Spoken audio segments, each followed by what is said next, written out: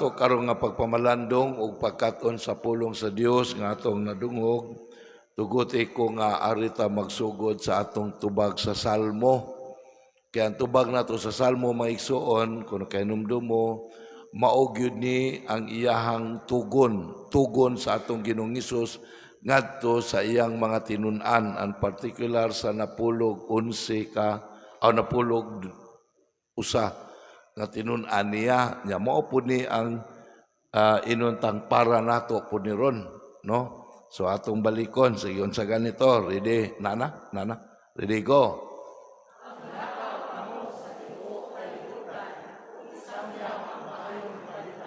O mao ni usa sa mga aspeto sa kinabuhi natong mga tinun-an mga igsoon sa atong Ginoong Hesus nga magsangyaw ta sa maayong balita. Muna makasabot mo nga ano na tayo Mission Sunday, kulikta kay ato nang gi-support dito sa atong mga misyonero nga atong gipadala sa mga dapit sa kalibutan nga hangtod karon wala pa makadungog sa atong Ginoong Hesus. O nakadungog manggaling pero wa pud kasabot mo nagadala tag misyonero dito aron mo pasabot pud nila. Unya kita nga nakadawat na niini para pud ni nato labi na karong panahon na kay daghan kaayon nga midawat sa atong Ginoong Hesus nga wa pud kasabot unsa ang kinabuhi sa pagdawat sa Ginoong Hesus. Kanabang miyong bitata nga pabunyagan among anak padre aron mahimong Kristiyanos nga bisag gani pagsimba ihalas kay nga tanan may buntag. Mao na muna nga kita magmisyon po ta dinis atoa aron nga unta ang tanan nga makadungog sa mensahe sa atong Ginoong Hesus mamati mutuo magkinabuhi niini. Mao na ang purpose mga igsoon sa pangutana ni ron unsa man ning maayong balita nga atong isangyaw. Okay, aron ta makasabot niini balik tas unang pagbasa sa basahon ni propeta Isaías nga unsa man dito ga prophesy si Isaías nga unsa man nga ang Dios sa iyang dakong gugma kanato katawhan nga nagkatibulaag tungod sa sala kay mo man ay resulta sa sala mga igsoon nga magkatibulaag ta karon ihatang tigumon dadunta niya nga to sa iyang Pinoy-anan nga maghiusa tang tanan. Mauni ang maayong balita nga dili buot sa Dios nga kita mahalayo og mahamulag kaniya mga igsoon. Unya kining mao nga panan-awon nahitabo na niabot na ang iyang katumanan diin man pinaagi sa atong Ginoong Hesukristo. Mabita na pinaagi sa atong Ginoong Hesus tanang katawan sa kalibutan gipaamgo gyud niini sa dakong gugma sa Dios muna nga maghiusa tang tanan aron nga mawala ning kagubot kay nagkaiusa naman ta. Pero lagi mga igsoon kining mao nga pagtulunan sa kaluwasan nga atong nadawat kinahanglan maning hulmaon sa ato ang kinabuhi. Kay dili man ta makapuyo nining maong kaluwasan o kamatuoran sa atong Ginoong Hesus kun dili ta maghulma niini. Unya aron ta mahulma munang kinaagoy disiplina nga i-impose nato mga igsoon. Kay kung dili ta mo impose og disiplina sa atong kaugalingon magpatuyang ra man kita gyud.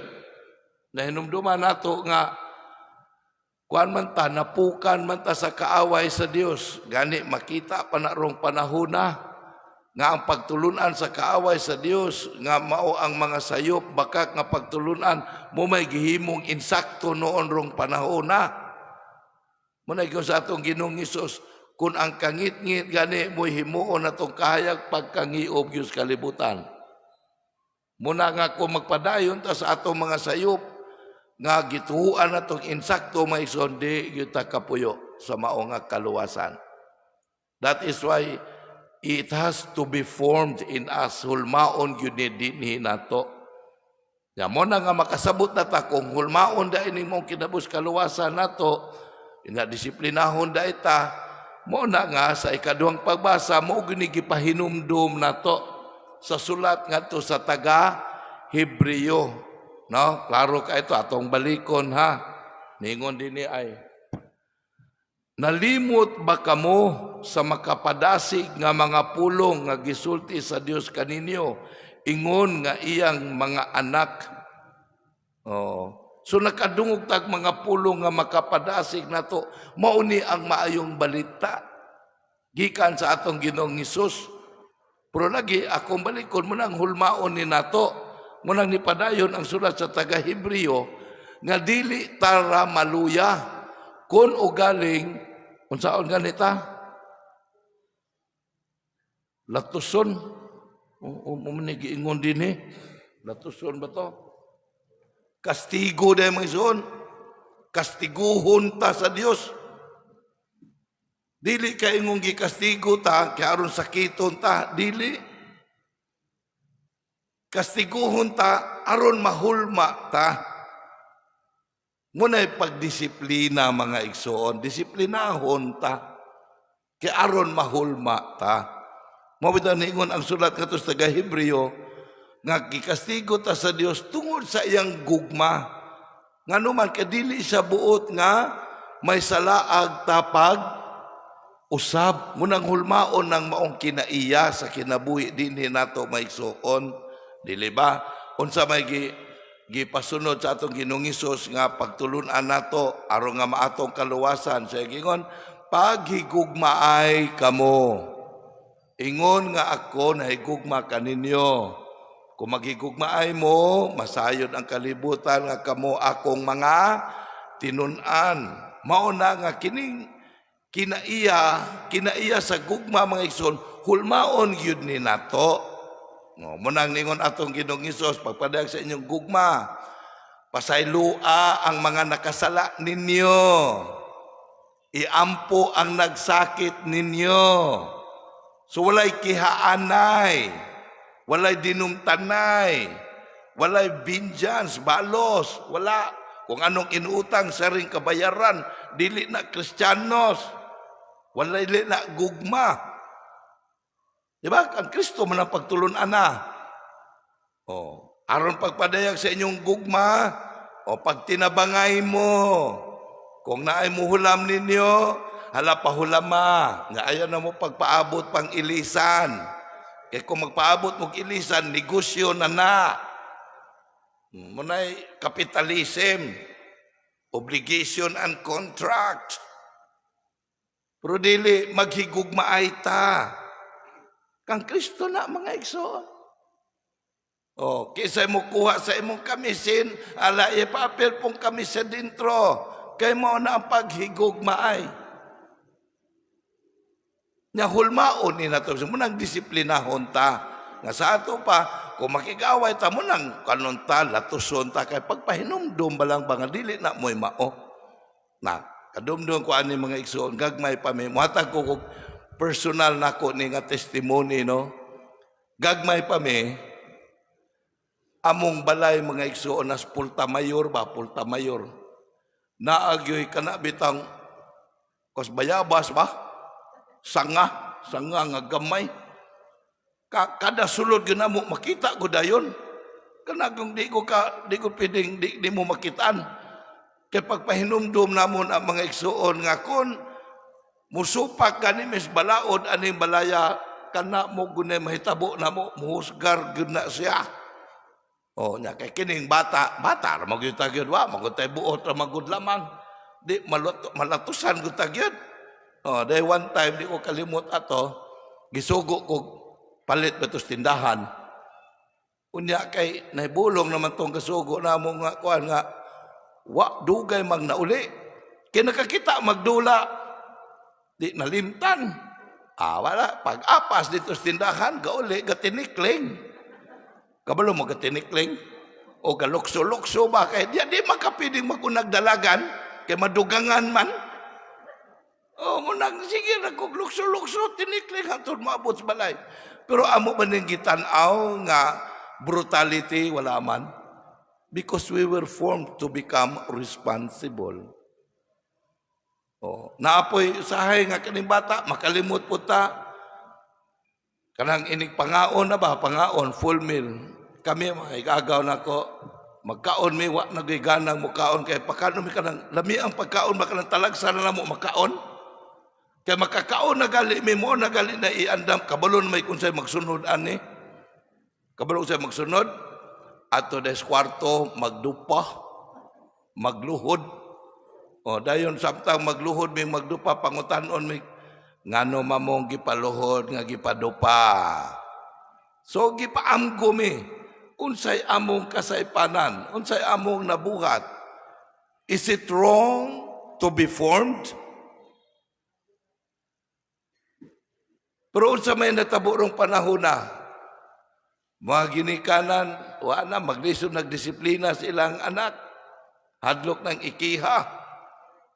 So unsa may tabos anak disiplina nahimo ng buluyagon dili na kahibalog unsay what is proper from what is not plus ngano man kay paundayunan ra gyud walay disiplina daganta mong example kami gagmay pa mi dadon migsimba katedral o sa kwan pag-ingon na mong gutom magulat kami human ng misa karon unsa man ablihag skyplex hindi na gamisa ta mayo baron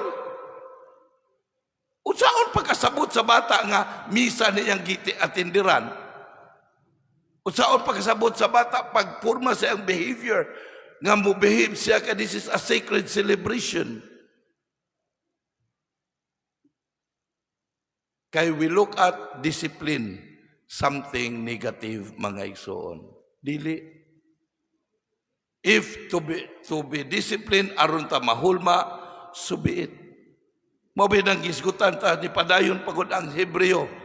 Nga ang Dios mo kastigo din nato tungod sa iyang gugma aron pagpahinumduman ta. Unsa man ta karon lang bag-o, gikastigo ta sa Dios pero wa man nato ni tan-awag kastigo.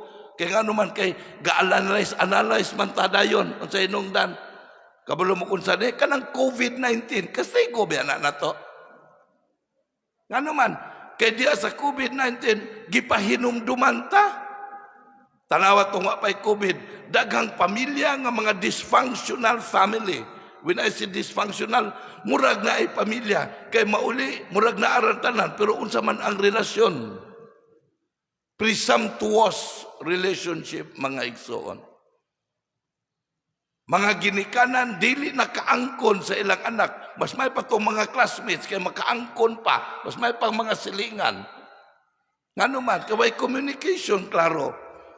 Munang gi-COVID ta, para pag-COVID. Diba yung pundutan sa pamilya. So that was already the occasion. Nga mga ginikanan mo claim na sa inyong anak. That's education nga occasion nga atong i-revive ang atong pamilya. Pero unsa may nahitabo, kay wa man tay pagtuo. Na-revive ang pamilya, mura man gyapon, nagtapok tuod, pero wa po nangabaho po ng baba. Kaya tingnan na, kay gapihay gadgets. Gadulag email, ga-TikTok, kung sa pan ginikanan, ga-text po sila hang mga kaberks po. Sus ko, gimingaw na kay kugmasa. Nakuha ng mga igsoon. So, wala na tabo. So, wapay COVID, laag kayo tas nga tanan. Mas may pang laaganan na to kaysa pagsimba. Wag. Muna gipahinumduman tang tanan mga igsoon. Pero what happened? Naunsa man, nahulma bataad to. That's the fundamental question. Nganong wala man? Kay wa man tayo pagtuo mga igsoon. Mobita nang if we have faith, dili gyud lisod ang pagdisiplina nato mga igsoon. Kung doon na lang tayo pagtuo, dili lisod nga mo pa disiplina ta. Kay nagtuo man ta, we want to be formed niya na mong pagtuo ha. Para na mo yung kang magpalangit ta, Father. Okay, palangit. So kung badlungon ka, okay mo man na, badlungon. Mo bita ng pagpadayag sa gugma, magbadlungan na ita. O sa atong Ginoong Hesus, kung na mo igsuon nga nasayop, hala, paila sa siyang siyop. Pero kanang kamorang duha, ha? Okay, nga naman, kaya na makadungog, matandog, manang garbo, ana, manalipod na po niya na siya. Kanang kamurang duha. Nya di sa mudawat, dasa tayo magdala kag duha ka saksi aron pagmatuod. Di ba man giyon sa atong Ginoong Hesus? That's why it has to be formed. Dili kay nga sa may nganong badlong-badlong ka sa akong anak ikay gapakaon. Ya, umaw sa imong anak, malangit ka na, nga gapabuyag naman na, ug buyagon, di po kalayang buyagon. Imbes mo pasalamat, pag-iklas na muyag, uy, salamat kayo, ha, imong gibuyag akong anak, kaya maimpirno niya ni poon. Napa ba na ron? Ya, where is our faith? That's why mga igsoon, mo ginigisgutan sa atong Ginoong Hesus. Pagsangyaw, mahitungod sa kaluwasan. But kining kaluwasan, mga igsoon, di gyud maato, unless we are formed by it. Kinala nga hulmaon ta nining maong kaluwasan mga igsoon. Kaya ang kaluwasan nagisgot man og kuan nato kanini ong pagkakabig, conversion, change of self. Nya mo ni gisgutan sa atong ebanghelyo ron. Tana balik ta sa atong ebanghelyo no. Nga diin atong Ginoong Hesus nagsangyaw kaluwasan, may tawo, very kuan kay no tawanon kay ni sigurista kayo ba madungog ra man ginato gihapon ng panahon na no. Nangutana siya nga Ginoo, jutay ra bay maluwas? O mo man ato. Kay basig mapil ko anang jutay bakag unsa. But unsa ba tubag sa atong Ginoong Hesus maison, wa man tubag jutay ba o dagan ngano man because it is a nonsense question. Ngano day ba jutay madagan unsa may labot nato? Muna ningon atong Ginoong Hesus, paningkamot kamo pagsulod sa sigpit nga pultahan, kay daghan ang musulay apan dili makasulod. Ngano man nga sigpit ang pagsulod sa kaluwasan mga igsoon. Kaya akong balikon, ang kaluwasan, conversion man gud ni. Pagkausaba. Nga sa ato pa asam ta mausab, gikan sa mga sayop nga atong gituhuan nga mo insakto, ato na to silang dawaton nga sayop gud ito siya. Na ang pagsunod ang pagbiya sa atong mga naandan nga nagpauraray na takaayo mga igsoon, mo man ibaling lisura man eh. Oo. Malagod karong panahon na makadungog man gyud mo kayo ana sa maugo ng parian na ngilad kay kini-stricto kayo di gud mo sugod nga pasugalan among patay. Ngano di ay? Palangit maganing atoa. Na kanang musulti ana mga igsoon wa gunay pagtuo. Kaya kung tinulan na panag nito og langit, mo panay mamuyag og naay manugal. Nga nga pariya mo gud na siya gyud kay dili pa tigbakayan ning among piyesta magbuot gud na siya. Kisa day magbuot ikaw? Inyuha din ng santos? Iya man na sa simbahan? Dili ba? Oh.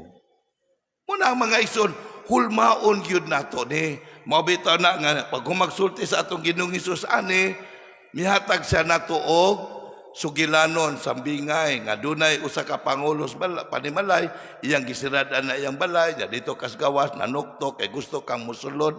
Nya miyong wa man ko kailan nimo. Nani sa mikaon mami kauban nimo gani nisulti pa kanamo, ana ni kuyog maminimo. Unsay gingon sa pangulos wag ko kailan ninyo, pahawa kamo mga dautan, kisa may pasabtan ani.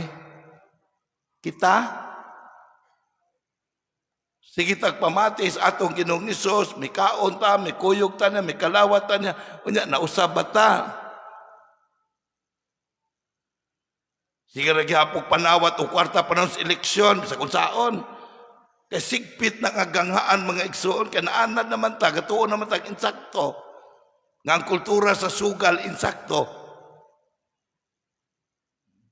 Sumunang gipahinumduman ta karon mga igsoon nga ang kaluwasan di ay niya na nato pankinahanglan nga hulmaon ta niini. Ug ang paghulma niini may igsoon mo na ni ang hagit nato.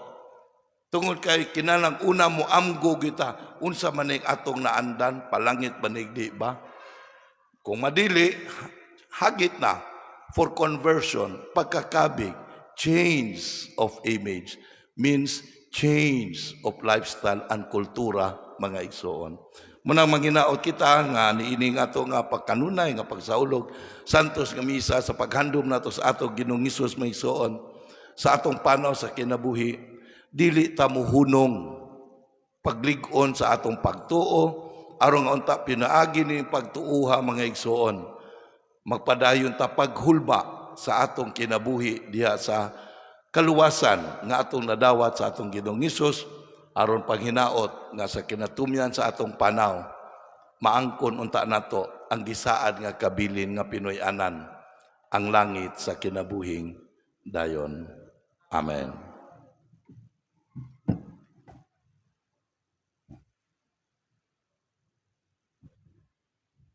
Palihog manindog ang